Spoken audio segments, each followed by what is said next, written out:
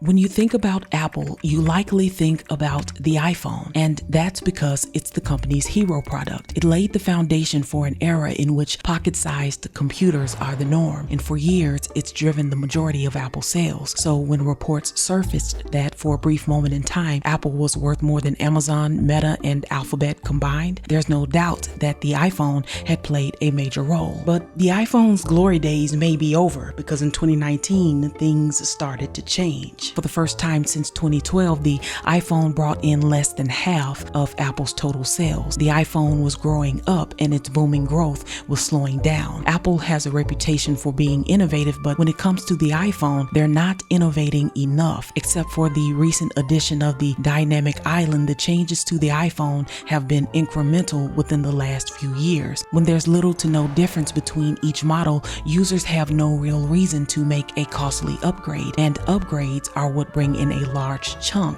of Apple's iPhone sales. Apple is in need of its next big thing, a technological leap that the company can use to its advantage, something that will drive the next decade of growth, as did the iPhone, and Apple has likely found this next big thing in its mixed reality headset. For years, it's been rumored that Apple is working on a headset that features both virtual and augmented reality, blending physical and digital worlds. It's speculated that it will look like Meta's VR Quest headset, but the design will be sleeker and more lightweight. It will have high-resolution OLED displays and a dozen cameras. Users will be able to interchange headbands, and as is the case with the Apple Watch, users will connect it with the iPhone. When you consider what Apple has been working on for the past few years, this isn't hard to believe. In 2015 and early 2016, the company began hiring people with expertise in AR and VR technology, and Apple has made several acquisitions. In 2018, they purchased Akonia Holographics, a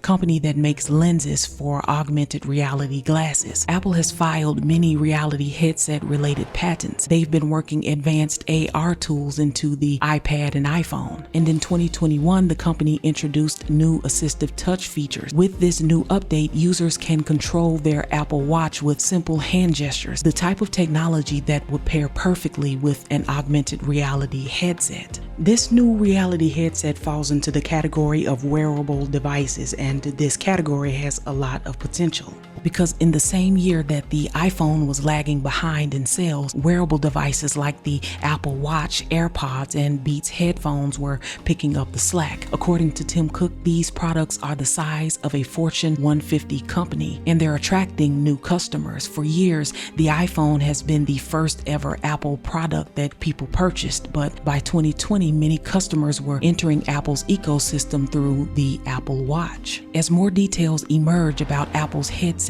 design, its features, and its $3,000 price tag, critics are weighing in. They say that the headset is too expensive, that it will only appeal to a small audience, and that there's no demand for it. But then these are the same criticisms that the first iPhone received before it first interrupted the market in 2007 and changed the world. Bloomberg's Matthew Lin wrote, "iPhone is nothing more than a luxury bauble that will appeal to a few gadget freaks." Steve Ballmer, the former CEO of Microsoft, was quoted as saying, "$500 fully subsidized with a plan? I said, that is the most expensive phone in the world, and it doesn't appeal to business customers because it doesn't have a keyboard." And in their article entitled "The Futurist, We Predict the iPhone Will Bomb," a TechCrunch contributor said that virtual keyboard will be about as useful for tapping out emails and text messages as a rotary phone. As companies like Google, Microsoft, and Meta release their own VR headsets and glasses, they would do well to keep a close eye on Apple, because if Apple can get this just right, meaning if the company can produce a headset that feels as comfortable as AirPods, looks as stylish as the Apple Watch, and is as well branded as Beats headphones, then it may get the opportunity